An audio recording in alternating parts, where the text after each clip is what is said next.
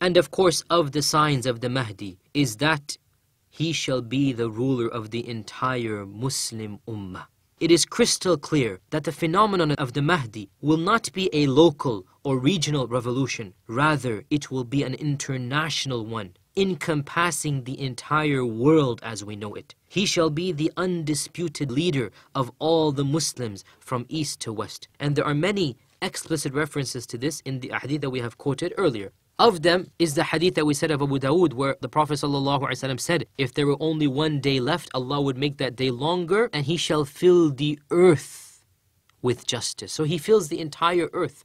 In another hadith which is authentic, reported in Al-Tabarani's Al-Mu'jam Al-Kabir, the Prophet ﷺ said, يَلِي أَمْرَ هَذِهِ الْأُمَّةِ فِي آخِرِ زَمَانِهَا رَجُلٌ مِّنْ أَهْلِ بَيْتِي. He said, this matter or this ummah of ours shall be governed at the end of time, a person from my household. In other words, a person from my household shall take charge of the affairs of this entire ummah. يَلِي أَمْرَ هَذِهِ الْأُمَّةِ. And this clearly shows that he shall rule over all the Muslims. And of course, that's the whole point. The Mahdi will be one who is rightly guided and spreads righteousness in the entire earth. He shall affect the entire world, and he shall fill it with justice and righteousness as it was filled with evil and oppression before his time. Likewise, we know from a hadith that we have quoted that the Mahdi shall rule for 7 years. In other words, after this allegiance is given to him at the Kaaba and he becomes the undisputed head of the Muslim Ummah, the entire Muslims will recognize that this is the Mahdi. He shall then live for 7 years after this event. And this has already been reported where the Prophet ﷺ said, يَمْلِكُ سَبْعَ سِنِينَ, the hadith of Abu Dawood that we quoted earlier, he shall rule for 7 years. In some ahadith, the Prophet ﷺ basically gave other opinions. He said, he shall rule for 7 or 8 or 9. And he shall fill the earth with justice, and the earth shall sprout forth its produce and vegetation, and the sky shall send its rain. This is hadith in the Musnad of Imam Ahmad. The hadith is authentic. However, the other ahadith clearly mention 7. So it is possible that in the beginning the Prophet ﷺ did not know whether he would rule for 7 or 8 or 9. So he said he shall rule for 7 or 8 or 9. And later on Allah subhanahu wa ta'ala informed it will be 7. So he explicitly mentioned that it would be 7 years after that.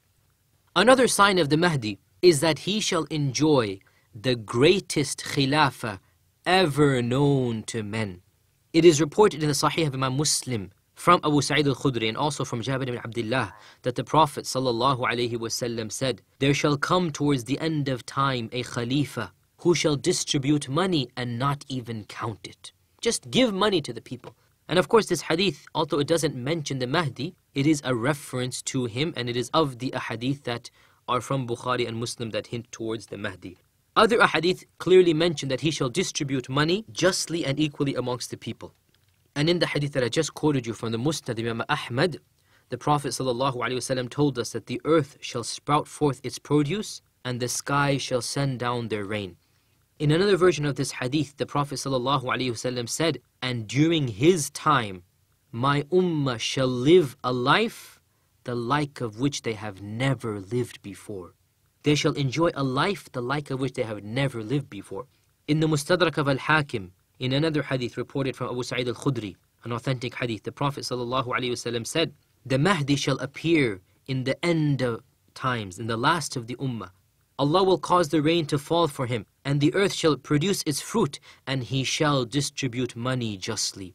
The livestock will flourish, and the Ummah shall excel. He shall live 7 or 8 years. Al-Hakim said it was an authentic hadith, and Al-Dhahabi agreed with him, and it is as they said. So from all of these ahadith, it is clear that the reign of the Mahdi will be a time of great rejoice, of very great comfort, in fact the greatest that the Ummah has ever seen.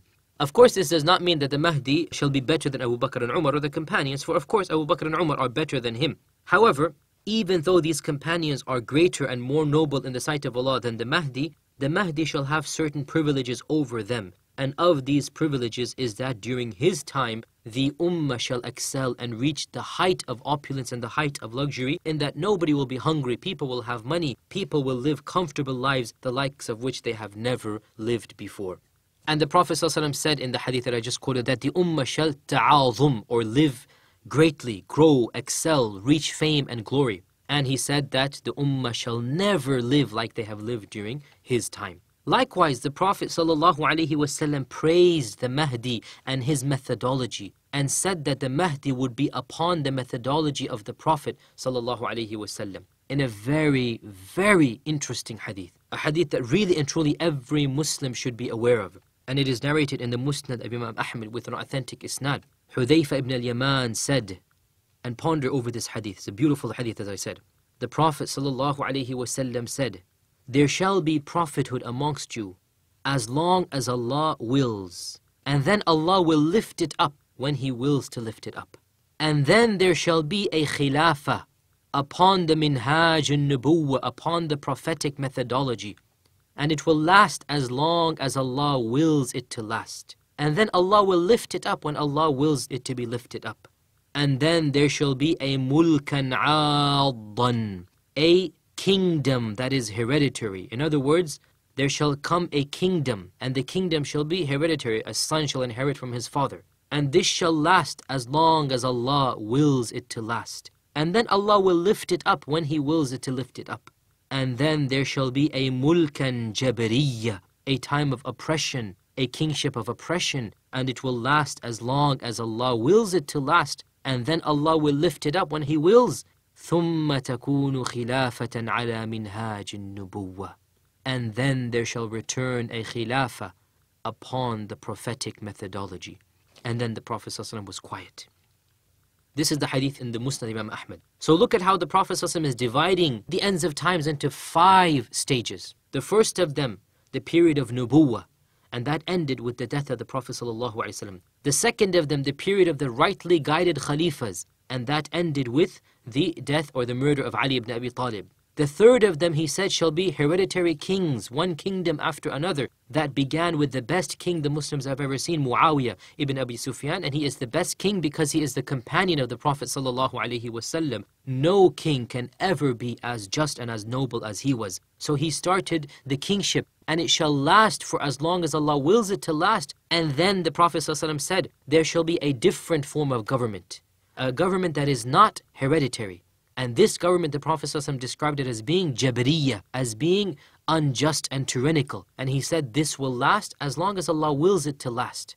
The fifth of them then is the khilafah ala minhaj al-nubuwwah, the methodology of the Prophet ﷺ. Now of course, he didn't say that it will be the Mahdi, but of course it applies to him. Who else will come and apply the khilafah ala minhaj al-nubuwwah other than the Mahdi? And this will last until the end of time, and that is why he was quiet.